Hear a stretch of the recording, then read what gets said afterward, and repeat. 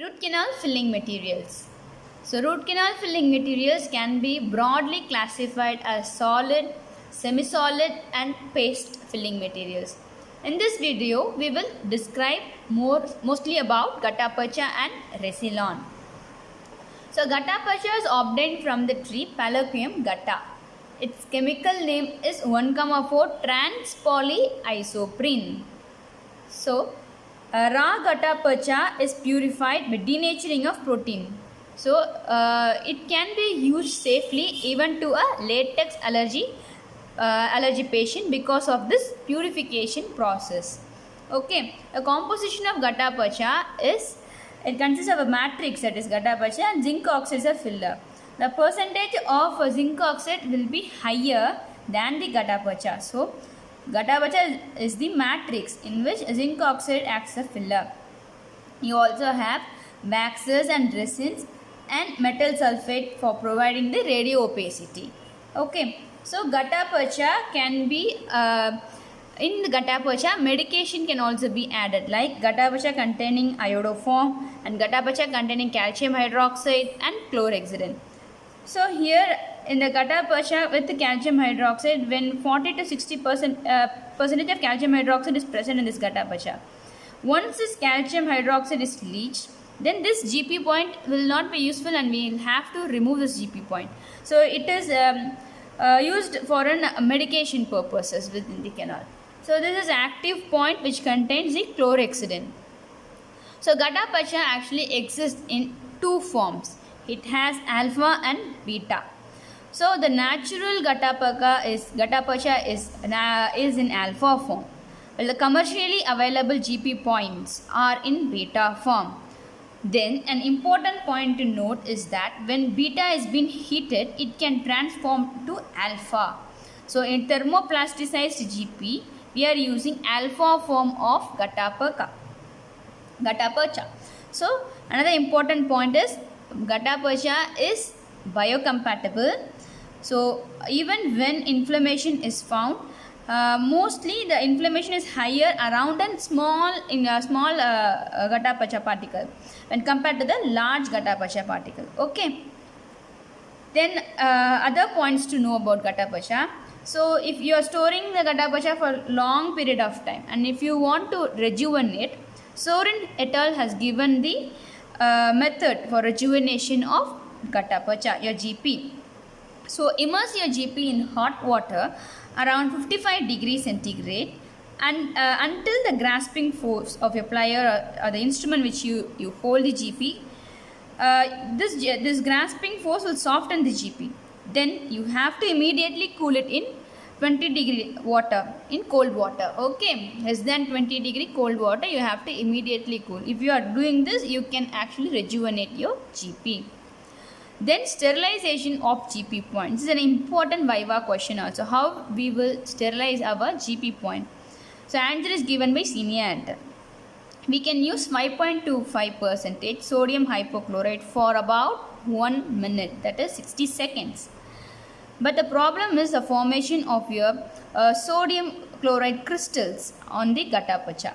So which can be removed with the help of 96% ethyl alcohol. So Valais et al. Has given an alternative. So instead of using 5.25%, you can use 0.5% of sodium hypochlorite. Okay. So what to use, sodium hypochlorite or chlorhexidine? Which is better in sterilization of GP? It is sodium hypochlorite is better than the chlorhexidine because chlorhexidine is not very effective against the spores. So this is Gutta-percha, the Gita and Perchta, which is gum, and it is name of a tree. So Gutta-percha points are available in various ISO sizes, ISO standard sizes, and we also have a Gutta-percha pellet for their thermoplastic obturation. Now let us discuss about Resilon. So composition of Resilon. I have a clue for remembering the composition of Resilon. I usually write P, then invert it, that is D, and then I will write B. A mirror image of D, I will write B. So P stands for polycaprolactone core, D for difunctional methacrylate, and B for bioactive glass, bismuth and barium salt. So Resilon is introduced in the market based upon the concept of monoblock. Monoblock means a single unit. So here Resilon is a resin based point to which you will coat a resin based sealer. So they will act as a unit, and this resin based sealer will bind to your dentin. So therefore the entire concept is in obtaining a good monoblock and transmission of uniform stress. Okay. So the Resilon, you will have a primer, your sealer and polymer point. So how you will use a Resilon is, first of all, you when you are using with Resilon and Epiphany, you will have a kind of a self etching primer. Then you will give the Epiphany sealer, and then you will place your Resilon point. Okay, they are also available in ISO standard sizes, and they can be used for both lateral and vertical warm vertical techniques. Okay, so thermoplasticized technique, the temperature used is lower than GP. So if you are writing about Resilon, it will be more like comparing it with GP. So the temperature thermoplastic technique, the temperature used for temperature used for Resilon is lower than that of GP. So 150 degrees centigrade we can use for Resilon, and 200 degrees centigrade we can use for GP points. Okay, there is no big difference between the melting temperature of GP and Resilon.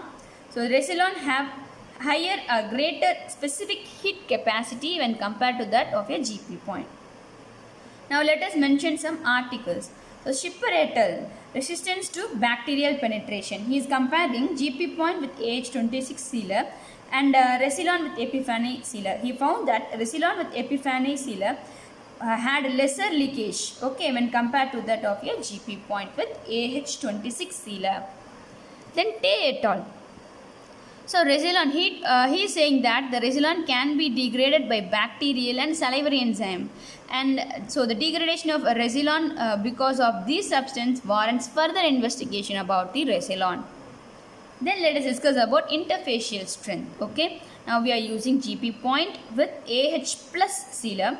Okay, when this combination was used, the failure was noticed along the sealer and your GP point interface.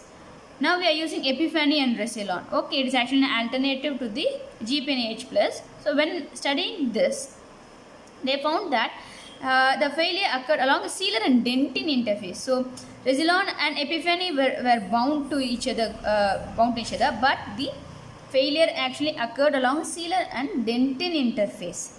So both these two substances are questionable in strengthening the root. Okay. Resilon and GP did not have enough stiffness to reinforce the tooth after the root canal treatment. This was a conclusion that they made. So this is about the root canal filling material, about GP point and Resilon in precise manner. I hope you were able to follow this presentation. Thank you.